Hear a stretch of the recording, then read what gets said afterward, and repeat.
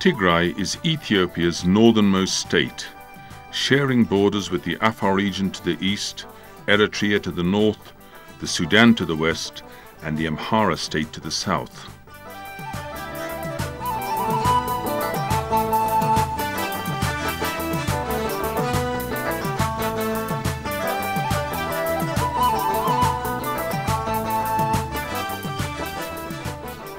For many Ethiopians, the name Tigray evinces a dazzling history that goes as far back as the time of King Solomon and Queen Sheba. For others, it is a place of the devout and religious. Yet for many others, it evokes memories of the unmatched bravery and sacrifice paid to defend the country's freedom and independence. Truly, Tigray is the alpha and omega of Ethiopia's ancient and remarkable history, as evidenced today by its unique pre-Christian obelisks, countless stone inscriptions, dozens of rock-hewn churches, monasteries, underground palaces and imperial tombs. Tigray was once the country's architectural workshop. It has always been the purveyor of religious scholarship.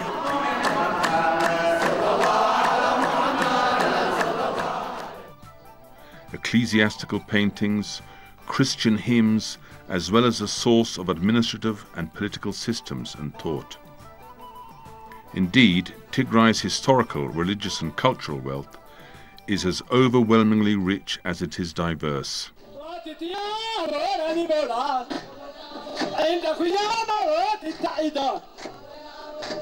In addition to the Tigrinya-speaking Ethiopians, Tigray is also home to two minority Ethiopian nationalities, namely Irob and Kunama, who live in the northeastern and northwestern parts of the region respectively.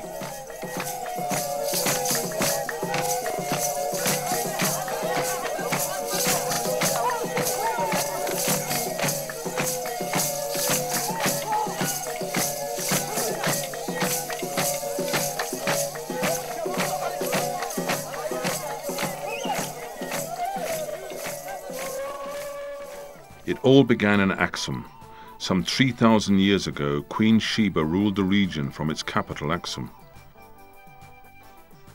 This ruined palace, locally known as Dengur, was the very site of her imperial residence. I was very surprised to see the palace here and to hear about the history. I read something in Germany about the history.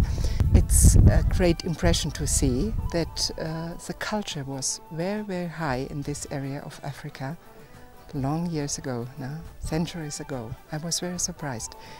One can also see the Queen's Bath, Mai Shum, at the northeastern tip of the city. Aksum is a city whose numerous mysteries remain largely undeciphered. One of its best-kept secrets is the presence of the lost original Ark of the Covenant of God, which is believed to contain the stone tablets on which God inscribed the Ten Commandments. The Ark was brought to Aksum from Jerusalem after the visit to the Holy City by Menelik I, the son of King Solomon and Queen Sheba. Ever since then, the holy object has been safely kept here. This makes Aksum one of the most sacred cities on earth. This was representation, Menelik I, son of Solomon and the son of Queen of Sheba. This was the son of priest Sadok, priest Azarias, who was carrying the original Ark of the Covenant. As the epicenter of the Aksumite civilization, Aksum was famous for its economic prosperity, architectural ingenuity and cultural vibrancy. Arguably, the obelisks at the ancient city of Aksum are the best-known legacies of this great civilization.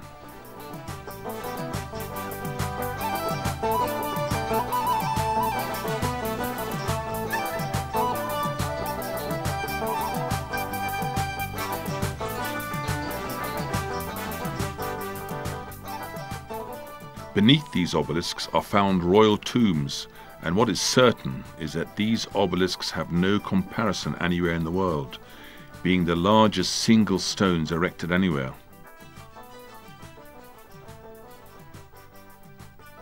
The largest and heaviest of all is the fallen obelisk.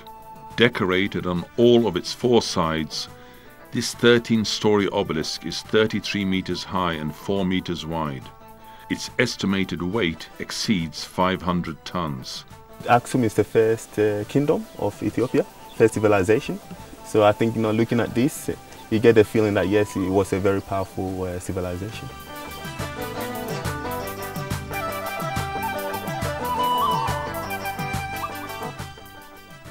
With 11 stories, the second largest obelisk is 26 meters high. It is decorated on four sides too. Looted by fascist Italy in 1937, it was taken to Rome in 3 pieces. It took 7 decades before Italy finally gave in to the intense diplomatic and popular pressure from Ethiopia and friends of Ethiopia to return the stolen obelisk to its rightful owners. This is the third largest and still standing obelisk. This 10-story obelisk has remained in the same place and position ever since its erection, though its apparent tilting has caused a lot of concern among Ethiopians in recent years. These unique and magnificent obelisks represent Aksum's technological superiority. Even today, no one knows how these massive monolithic edifices were quarried, transported or erected. I'm surprised that I didn't know more about this place before I came here, really, because it has some incredible sights. It's very different. It's like nothing I've ever really seen before.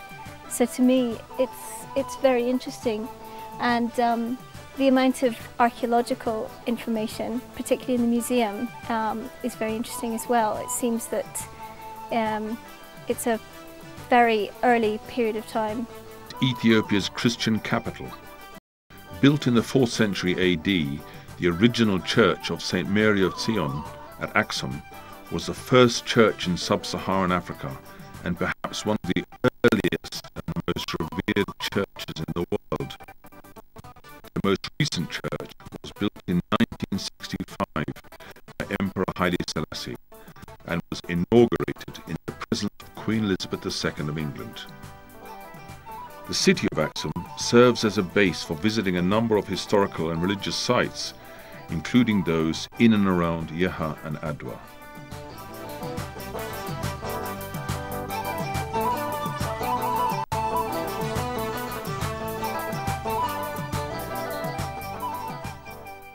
One of Tigray's unique edifices of great historical, archaeological and architectural significance is the temple at Yeha.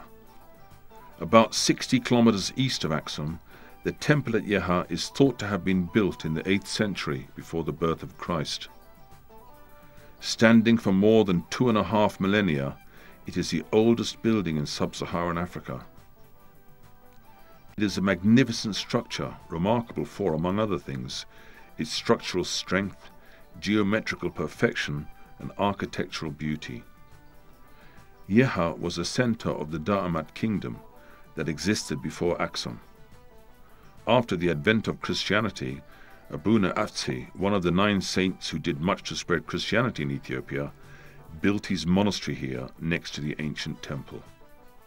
Over the centuries, Yeha has attracted several international travelers, including the Portuguese Francisco Alvarez, the Scottish James Bruce, and the British Henry Salt, who visited Yeha in the 16th, 18th and 19th centuries respectively. Just an amazing thing to see how old it is. The structure of the temple was just incredible, with all the beautiful huge stones and no cement. Come to Ethiopia because it's a beautiful country, and the ancient places are very well worth seeing, and the people are beautiful.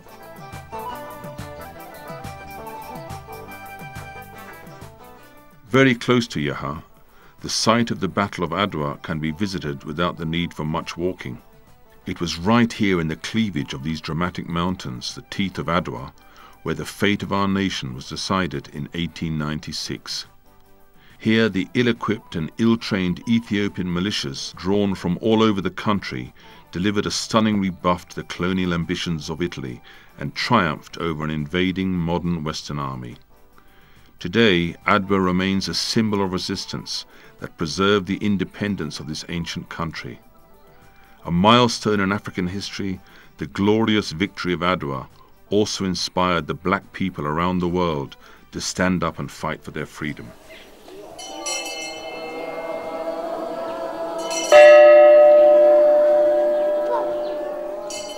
Medhane Alam Church is one of Adwa's remarkable places of Christian worship. It is rich in its wealth of treasures, wall paintings and parchment manuscripts. The entire neighborhood where the church is located is named after the church, and it is customary for the residents of the neighborhood to identify themselves as the sons or daughters of Enda Medhane Alam.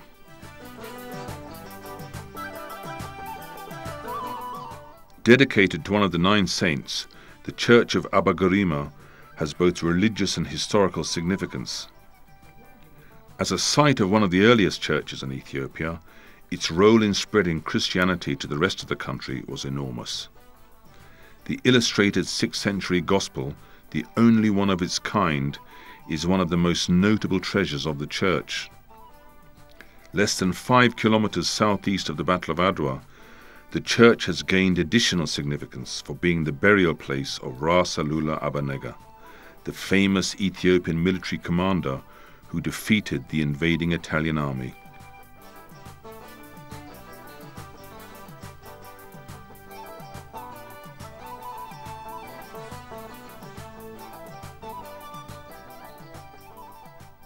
Built in the 6th century by King Gebre Meskel, Debre Damo is the country's most famous monastery. Best known for its Christian scholarship, remote location and rich collection of ecclesiastical treasures, the monastery of Debre Damo stands out as a site of totally genuine, authentic monastic life. Young monks from all corners of the country flock to Debre Damo in pursuit of Christian learning. Even today, the monastery is viewed as the Harvard of Christian scholarship. Isolated from the world and surrounded by sheer cliffs, the monastery is situated on a very high plateau. The church can only be accessed by this 15-meter plaited rope, which is hanging down from the top of the cliff.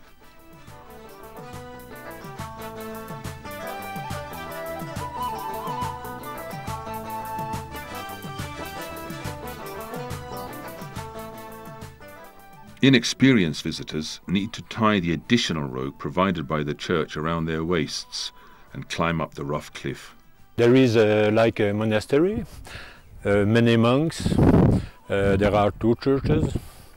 Something that I found interesting is how they collect water, because there is no springs on top of this, so they have huge basins, so this looks very nice.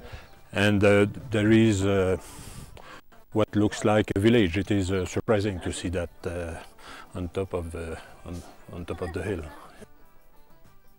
According to oral tradition, the rope symbolizes the serpent that was commanded by God to safely convey the founder of the monastery to the top of the mountain. An estimated 300 monks and their students live here in these stone and mud monastic dwellings, or hidmos, a common style of construction in rural Tigray. Indeed, Debre Damo has become a synonym for monasticism in Ethiopia. According to the renowned Ethiopianist Richard Pankhurst, Debre Damo takes today's traveller into a past age and leaves him with a deeper understanding of Ethiopia's age-old and unique civilization than mere words can give. Its founder, Abuna Aragawi, one of the 9 saints, is believed to have vanished up to heaven from the holy site where he was teaching.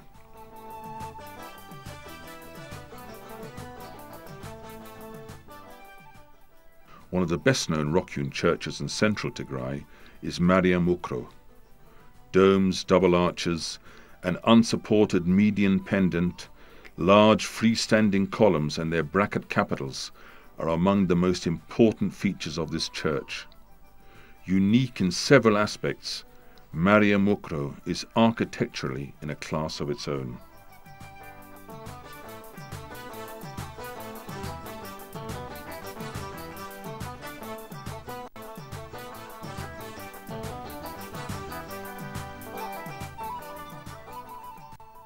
Tembian is located in south-central Tigray. With its range of mountains, deep gorges and flowing rivers, Tembian provides many examples of the striking natural beauty for which Tigray is rightly proud. It also houses the region's only hydropower dam and the man-made lake upstream. The Mekelle Abi Adi Adwa is a traveller through a scenic terrain. One could take a short detour from the road to visit some of the rock-hewn churches in the area. Abu Yohani is perhaps the most famous rock-hewn church in Tembian. Carved out of a sharp rocky cliff, the church has several columns, domes and arches. It is believed to have been built in the 14th century.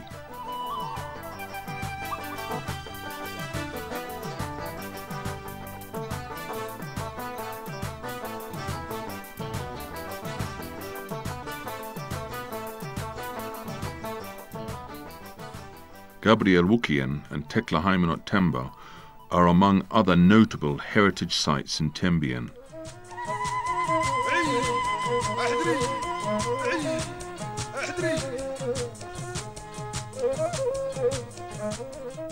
What is also special about Tembian is its unique dance known as Aouris.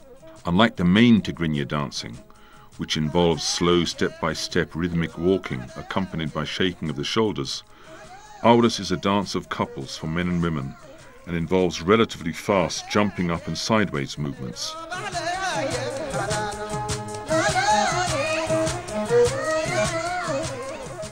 Tembian is also the birthplace of several brave African heroes that fought to defend the independence of our nation. Emperor Johannes IV on various occasions repelled the aggression of, among others, the Egyptians and Turks. Ras Alula, perhaps the most famous African military commander of all time, was also born here. Visitors to Tembian can stay at the recently inaugurated Mailomin Lodge.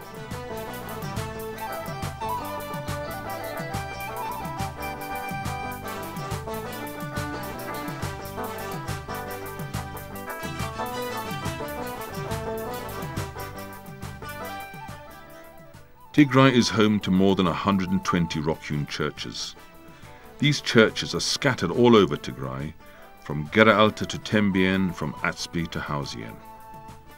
The majority of the churches are, however, concentrated in Gera Alta, a mountainous region known for its matchless natural beauty, a combination of mountain ranges and expansive flatland. The most famous churches in the Gera Alta cluster include Debre Zion, or Abuna Abraham, and Abuna Yamata Guh. These two churches have several common characteristics, especially their long-kept and well-preserved murals showing biblical figures. In terms of its location, perhaps Guh is the most difficult to access. Carved out of a perpendicular cliff, the church can only be accessed by using the natural hand grips and footholds.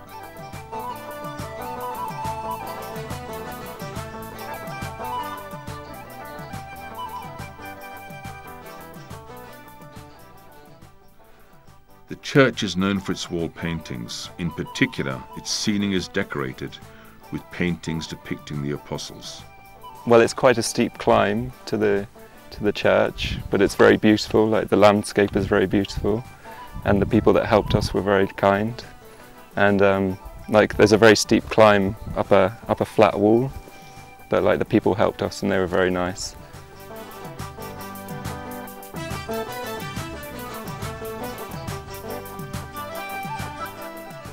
You know, quite a challenge, a few climbing moments, and it's quite fun. Fortunately, I had an amazing guide. And then when you get there, it's just, I don't understand. How did they build it? What did they do with the materials they excavated? It's just fantastic. I've visited lots of churches in Ethiopia, and that's far far, far, far from the most beautiful church. It's just amazing. With a total area of more than 40 square meters, the Church of Debrecen is perhaps one of the largest rock churches in the Gara Alta cluster. But what fascinates most visitors are its wall paintings and its ceremonial fan, on which figures of saints are painted. Essentially a parchment painting, the circular wood-framed fan has nearly 36 panels, each showing different figures. I'm very impressed. I'm not used to see church carved directly into the rock, so it's very impressive. The paintings are very beautiful also, the color, everything is very nice to see. The Gara Alta Lodge in Hausien serves as a base to explore the churches. With all its amenities and comfort, it has become an essential factor in the packaging of Gara Alta as an exotic tourist destination.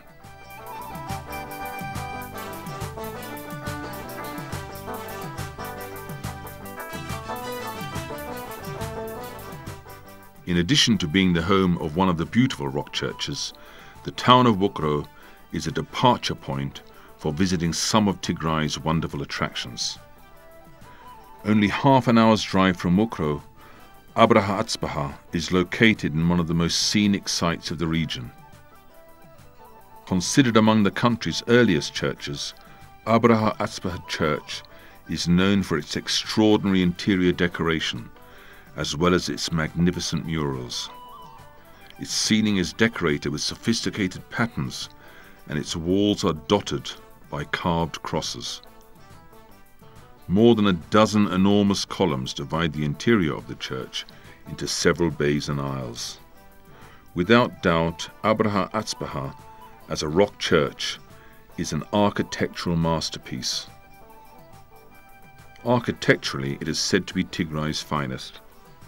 According to local tradition, the church was constructed in the 4th century, but some scholars estimate its date of construction to be the 10th century. What is certain is that it was built well before the famous rock churches at Lalibela, where the level of sophistication of rock architecture reached its peak. Located to the north of Wuchro, Medhane Alam Adik Esho is one of the rock churches in Sada Amba. Like most rock churches of Tigray, its exterior lacks the decoration, style and finishing touches of its interior.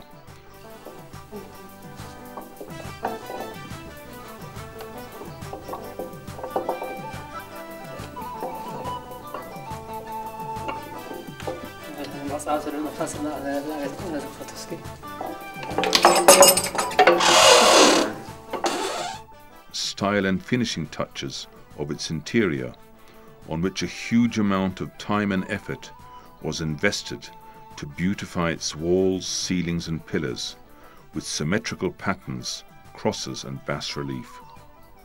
The size of the edifice and the height of its ceiling makes it one of the most graceful rock churches in Tigray.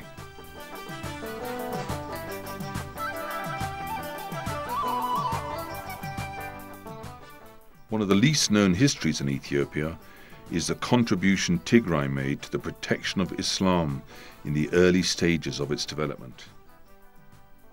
History has it that after escaping persecution from the mercantile rulers of Mecca, the first group of Prophet Muhammad's followers sought refuge in Ethiopia, described by the Prophet as the kingdom of a righteous king where no one is wronged. It was at Nagash, 11 kilometers north of Wuchro, where most of the Prophet's co-religionists stayed and were eventually buried. Nagash is the Islamic world's second holiest city, only preceded by Mecca. Because of the asylum afforded to his followers, the Prophet Muhammad exempted Ethiopia from jihad, the Islamic holy war.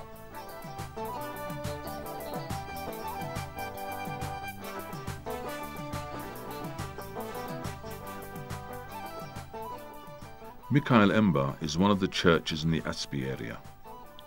With an interior area of 140 square meters, the church is perhaps the most spacious of all the rock churches in Tigray. The height of its ceiling, which is roughly 6 meters, is also among the highest, if not the highest, of the rock churches in Tigray. Its pillars are graced with stepped capitals, and its ceiling is meticulously decorated with intricate patterns and a large Greek cross incised in relief. In terms of decoration and finishing, the church is second to none. According to Dr. Tuolde Medhin Yosef, the pioneer in the study of the rock churches of Tigray, Mikael Emba is an artistically finished church.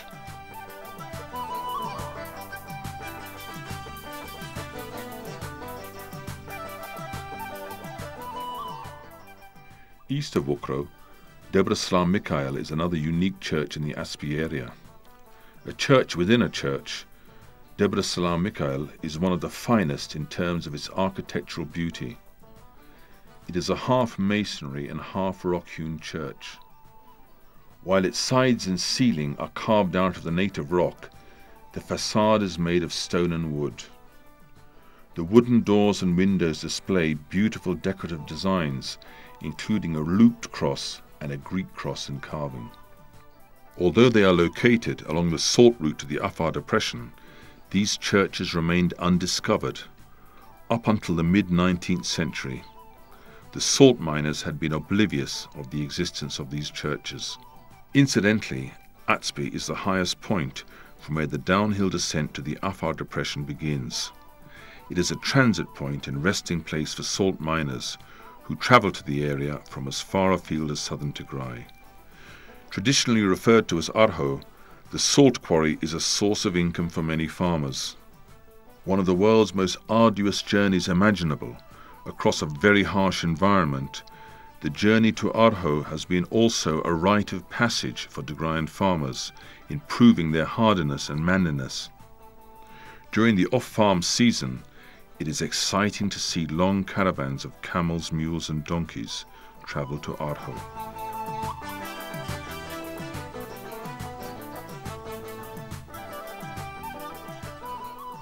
Located in the southwestern outskirts of the town of Wukro, Adi Akawa is a recently discovered archaeological site. The discovery of the site has created much excitement and interest among archaeologists. German and Ethiopian archaeologists have discovered a number of objects, including a statue of a seated woman, an altar with a Sabaean inscription on it, and a partially inscribed podium.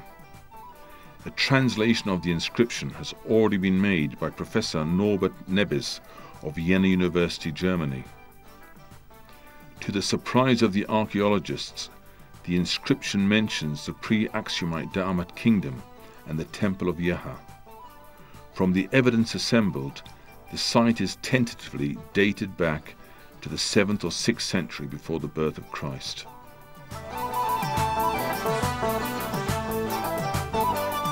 Mekelle is the oldest of all the capitals of Ethiopia's present-day states. Local scholars trace Mekelle's founding to the 13th century. It was the country's capital during the reign of Emperor Johannes IV in the 19th century, and his palace still dominates the city today. Grand in size, majestic in its architectural design, the palace is the city's main attraction. It also serves as the city's ethnographic museum, where one can see, among other things, the emperor's throne, royal beds, items of clothing and rifles. The museum is very nice. You can see a lot of things here, not also things which were connected to Johannes IV, but also different things which are important for Ethiopia, like many crosses or religion things.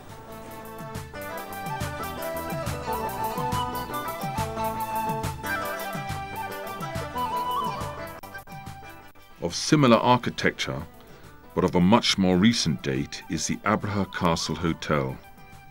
Medieval in style, it is built on what is believed to be an artificial hill.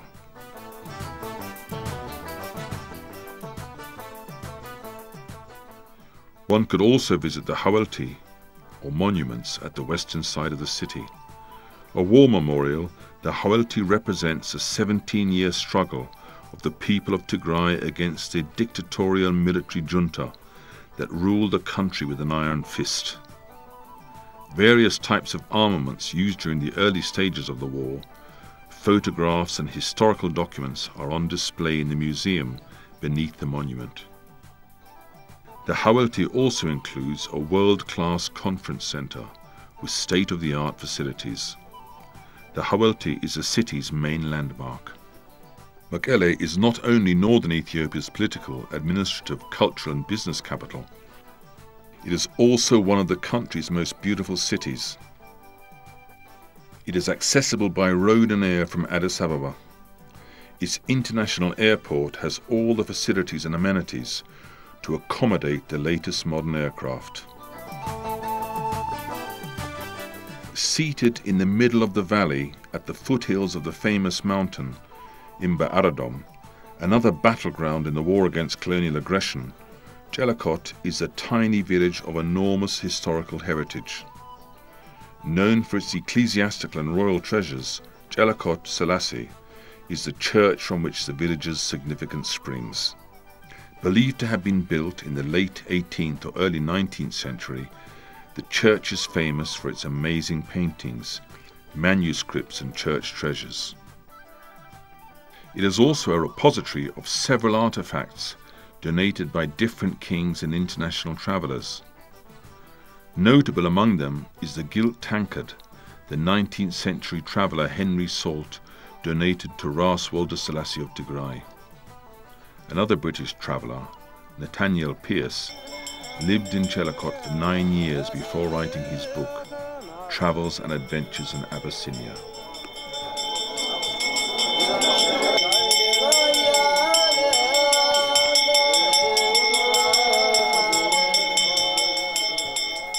Jelekot Selassie is also the site where the wife of famous king, Emperor Tedros, was buried. Itege, or Empress Darunesh, died shortly after the emperor committed suicide, refusing to surrender to the British Army.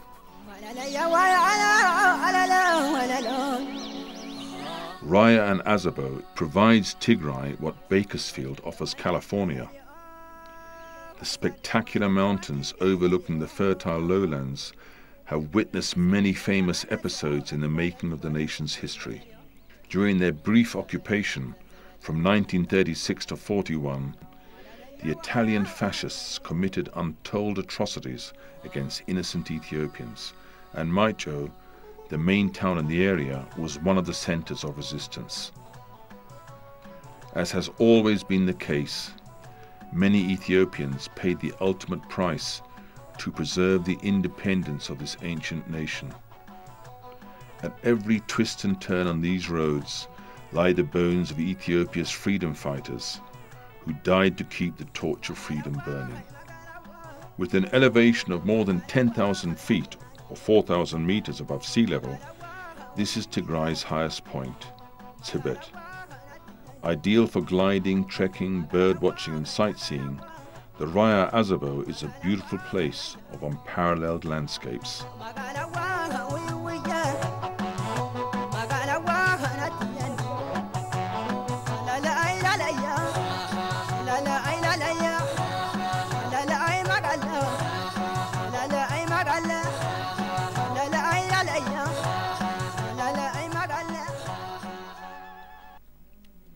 Lake Hashenge, Tigray's only lake, is to be found at the foot of these amazing mountains. Known for their romantic and generous lifestyle, the people of Raya Azabo are rich in their cultural heritage, notably their heartwarming style of music, Gumaye.